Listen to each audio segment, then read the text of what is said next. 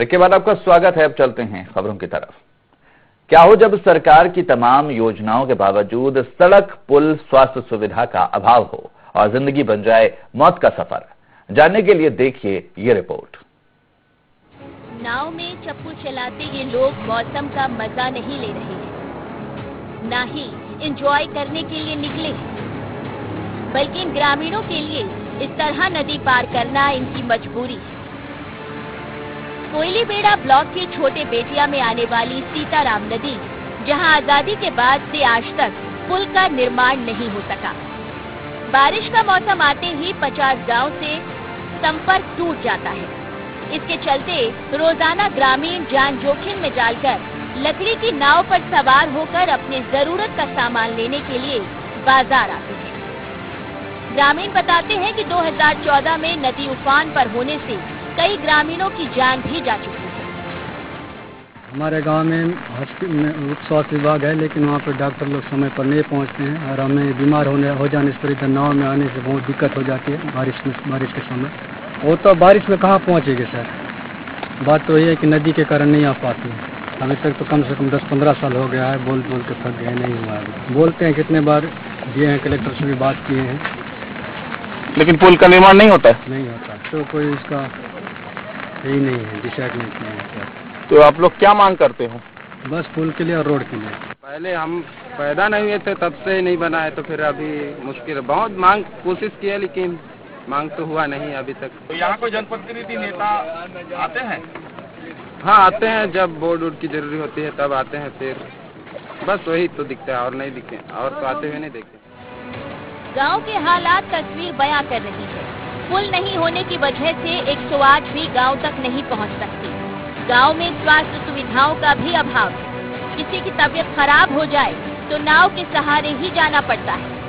यूँ कह सकते हैं कि रोजाना ग्रामीणों को मौत का सफर तय करना पड़ता है, जिसके लिए ग्रामीण नदी पार करने के लिए घंटों लाइन लगाकर इंतजार भी करते हैं।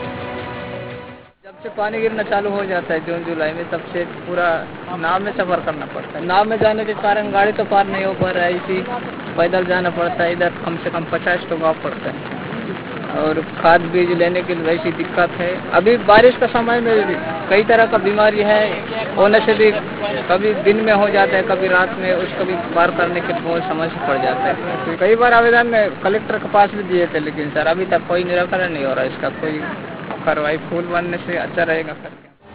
बाजार जाना हो, सब्जी लानी हो, खेती अनाज के लिए बिक्री करना हो या मोटरसाइकिल से सफर तय करना हो, उससे पहले गुजरना पड़ता है मौत के इस सफर से।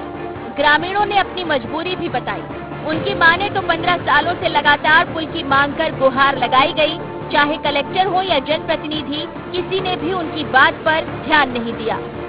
ग्रामीण बोले कि जनप्रतिनिधि बस लुभावने वादे करते हैं, चुनाव खत्म हो जाता है तो वादे भी भुला दिए जाते हैं। वहीं जनप्रतिनिधि क्या बोले, सुनिए। यहाँ पे सीताराम जो नदी है, आजादी के बाद भी इस जगह पे आज तक पुल नहीं बन पाई है।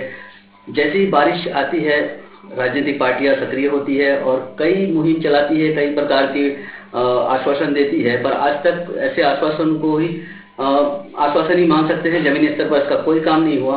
कई लोग हैं जो उस क्षेत्र में रहते हैं, जो दुनिया से छूट जाते हैं जब पानी गिरता है, और इस तरीके से नाले उफान पर रहती है। लोग मरीज जो उस पार रहते हैं वो हॉस्पिटल तक नहीं आ पाते, उनको इस अभाव में कई बार मौतें हो चुकी है। लगातार क्षेत्र में इस प्रकार की जो खामियां देखा जा रहा है, कहीं ना कहीं स्थानीय प्रशासन की बहुत बड़ी जो नाकामी बोला जा सकता है वो है। भारत स्वतंत्र के 75 साल बाद आज भी ऐसी गांव है जहां पे टापू बन के जीवन यापन कर रहे हैं। वहाँ के स्कूली बच्चे और जो कभी इस क्षेत्रों की परलकोट के राजवाड़ा होते थे, और उस राजवाड़ा में जाने आने के लिए रास्ता नहीं है, पुलिया नहीं है, लोगों को स्वास्थ्य और शिक्षा के भारी असुविधा हो रहा है।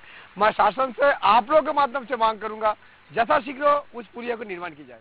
आजादी के 74 साल बाद भी आज भी कुछ ऐसे गांव हैं जहां मूलभूत सुविधा से लोग वंचित हैं। जी, हम बात करने जा रहे हैं कांकेर जिला कोयलीबेड़ा के छोटे बेटिया अंतर्गत आने वाली ग्राम सीताराम नदी की बात कर रहे हैं। आप मेरे पीछे देख सकते हैं जो नदी है, यहाँ पुल की मांग कर रहे हैं लगातार, लेकिन शासन प्रशासन इनको नजरअंदाज कर रहे हैं, इनकी बातों को यहाँ लोगों को अपनी जान जोखिम में डालकर नदी पार करना पड़ता है डोंगा के सहारे में, और कई बार ऐसा देखा गया है कई लोगों की जान भी जा चुकी है।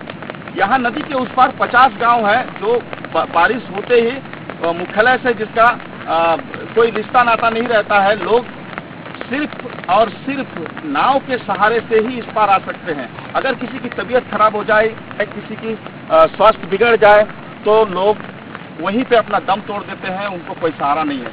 और ग्रामीणों की माने तो जब यहाँ चुनाव होते हैं, जनप्रतिनिधि आते हैं, वादा करते हैं, लेकिन जैसे ही चुनाव हो जाता है उसके बाद कोई भी नेता, चाहे वो भाजपा हो चाहे कांग्रेस हो, कोई ध्यान नहीं देता है। कैमरामैन विकी के साथ विधान मलिक, IND 24 न्यूज का।